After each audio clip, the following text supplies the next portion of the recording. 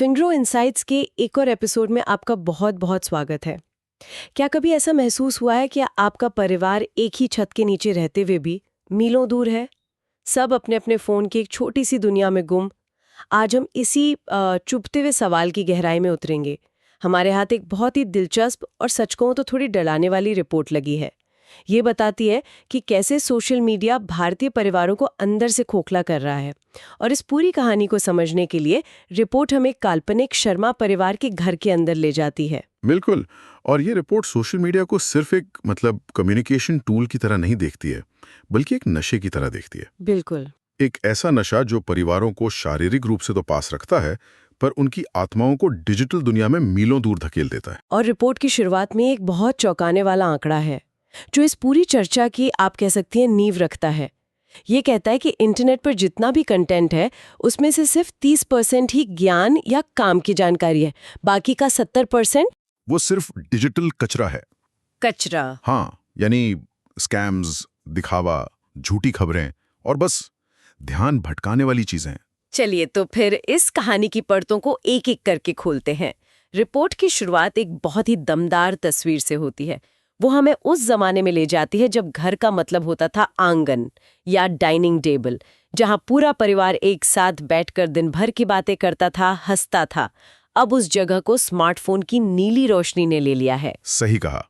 Report इसी बदलाव को डिजिटली सेग्रीगेटेड परिवार कहती है। Digitally segregated. जी, मतलब एक ऐसा परिवार जो एक ही घर में रहता है, पर हर सदस्य अपने डिजिटल आइलैंड पर अकेला है। और इसी को समझाने के लिए रिपोर्ट ने शर्मा परिवार का उदाहरण लिया है। इस परिवार में 4 सदस्य हैं। 14 साल का बेटा आरव, 39 साल की मां प्रिया, 45 साल के पिता रमेश और 72 साल के दादाजी। और हर कोई एक अलग डिजिटल जाल में फंसा हुआ है। तो चलिए परिवार के सबसे छोटे सदस्य से शुरू करते हैं। 14 साल का आरव। रिपोर्ट बताती है कि वो अपनी स्टडी टेबल पर बैठा है, सामने इतिहास की किताब खुली है, पर उसका सारा ध्यान फोन पर चल रही 15 सेकंड की डांस रील्स पर है। और यहाँ सिर्फ ध्यान भटकने की बात नहीं है, इसके पीछे एक गहरा बायोलॉजिकल मैकेनिज्म काम कर रहा है। आरव जब भी स्क्रीन पर उंगली से स्वाइप करता है, उसके दिमाग में डोपामाइन नाम का एक केमिकल रिलीज होता है। अच्छा।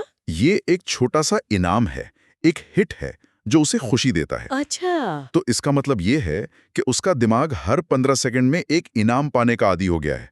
उसे अब लंबी गहरी सोच वाले मैराथन दौड़ने में मजा ही नहीं आता, बस 15 सेकंड की छोटी छोटी दौड़ लगानी है। बिल्कुल सही पकड़ा आपने।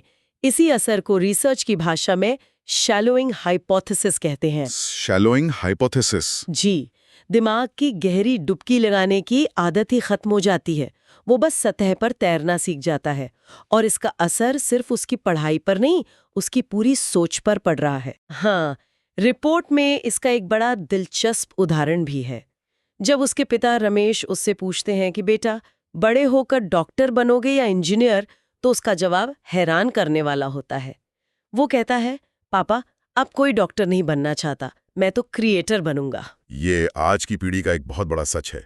उन्हें इन्फ्लुएंसर्स की ग्लैमरस जिंदगी, महंगी गाड़ियां, फॉरेन ट्रिप्स, ये सब देखकर लगता है कि ये आसान पैसा कमाने का रास्ता है। लेकिन वो ये नहीं जानते कि ये एक भ्रम है। रिपोर्ट इसे सर्वाइवर बायस कहती है। सर्वाइवर बायस? इसका मतलब हम सिर्फ जीतने वालों को देखते हैं? हाँ, इसका मतलब ये है कि सोशल मीडिया हमें सफलता का एक झूठा लॉटरी टिकट बेच रहा है। हम सिर्फ उस 0.01% इंसान को देखते हैं जिसका जैकपॉट लग गया है, लेकिन उन करोड़ों लोगों को नहीं देखते जिनके टिकट बेकार हो गए और जिन्होंने अपना समय, अपनी पढ़ाई, अपना भविष्य सब इस उम्मीद में बर्बाद कर दिया। तो इसका समाधान क्या है? क्या ये सिर्फ माता पिता की जिम्मेदारी है कि वो अपने बच्चों को कंट्रोल करे? ये एक बहुत बड़ी लड़ाई है जिसे माता पिता अकेले नहीं लड़ सकते। रिपोर्ट ऑस्ट्रेलिया के एक मॉडल का जिक्र करती है जहां सरकार 16 साल से कम उम्र के बच्चों के लिए सोशल मीडिया पर बैन लगाने का कानून लाने पर विचार कर रही है। अच्छा। जी, और इस कानून की सबसे खास बात यह है कि इसकी जिम्मेदारी माता पिता पर नहीं, बल्कि मेटा और टिकटॉक जैसी कंपनियों पर डाली गई है।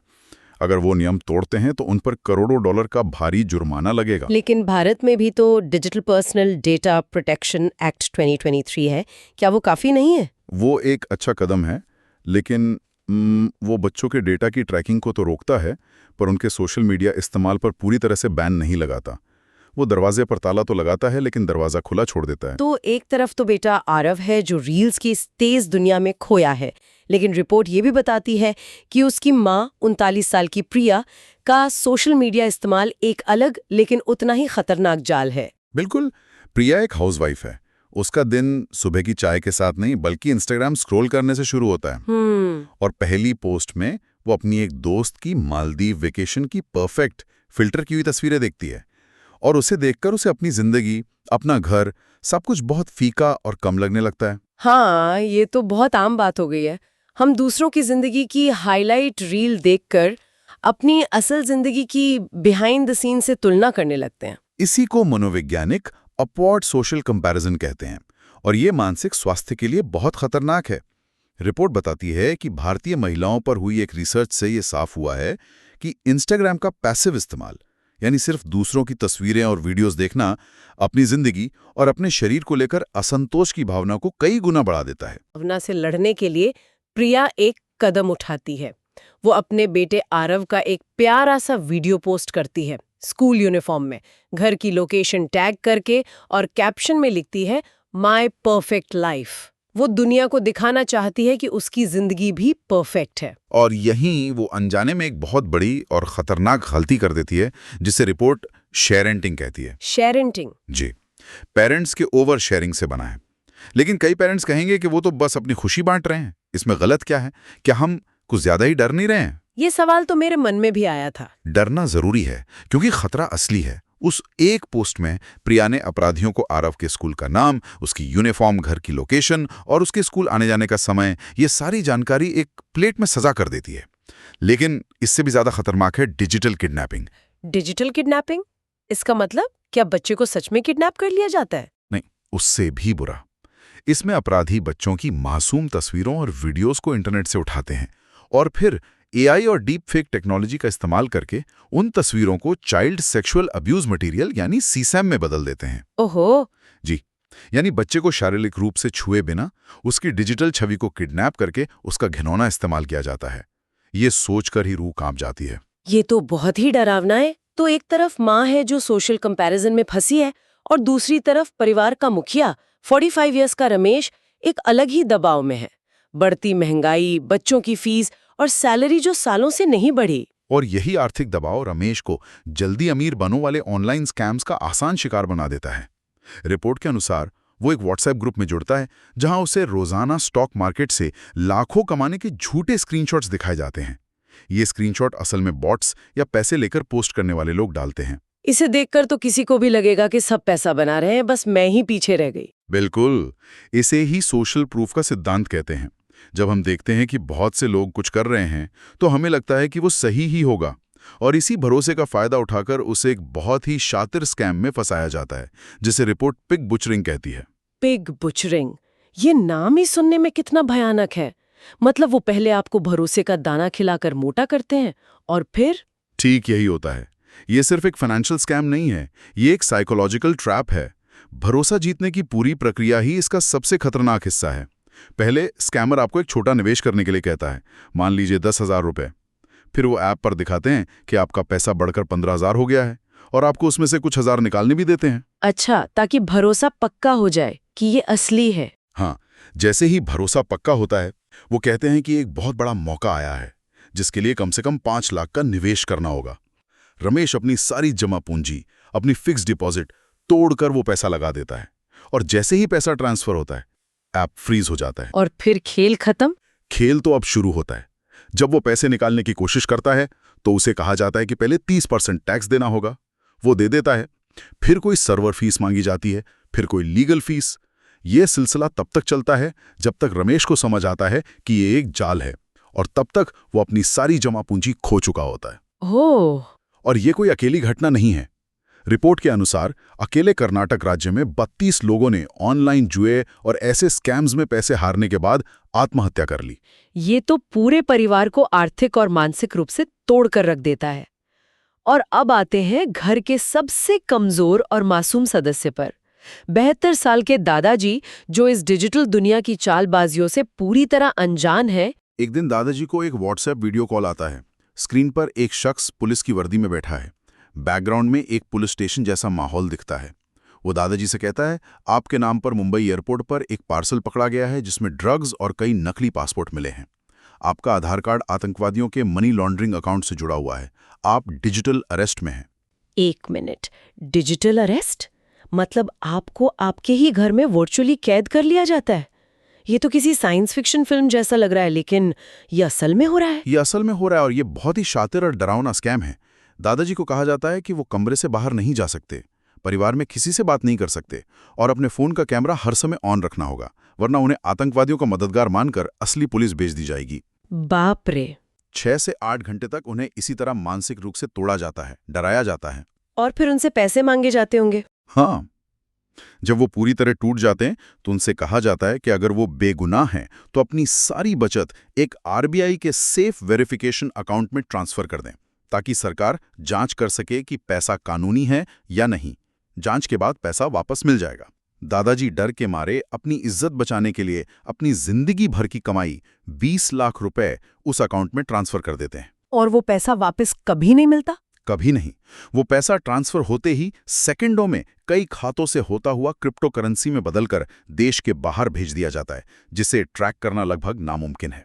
ये स्कैम खास तौर पर बुजुर्गों को निशाना बनाता है, क्योंकि उनके पास अक्सर जीवन भर की बचत होती है और उन्हें टेक्नोलॉजी की समझ कम होती है। तो ये शर्मा परिवार की कहानी सिर्फ एक परिवार की नहीं, बल्कि आज के भारत में लाखों परिवारों की कहानी है। जो रिपोर्ट की शुरुआत में जो 70% डिजिटल कचरे की बात हुई थी, उसका समाज पर क्या असर पड़ रहा है? रिपोर्ट के मुताबिक ये 70% कचरा एक तरह का डिजिटल दीमक है। ये बाहर से नजर नहीं आता, पर अंदर ही अंदर देश की नींव को 2 बड़े तरीकों से खोखला कर रहा है। पहला, सामाजिक तौर पर।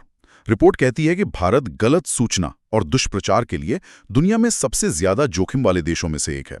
राजनीतिक और धार्मिक फेक न्यूज समाज में नफरत और हिंसा फैलाती है, लोगों को एक दूसरे का दुश्मन बनाती है।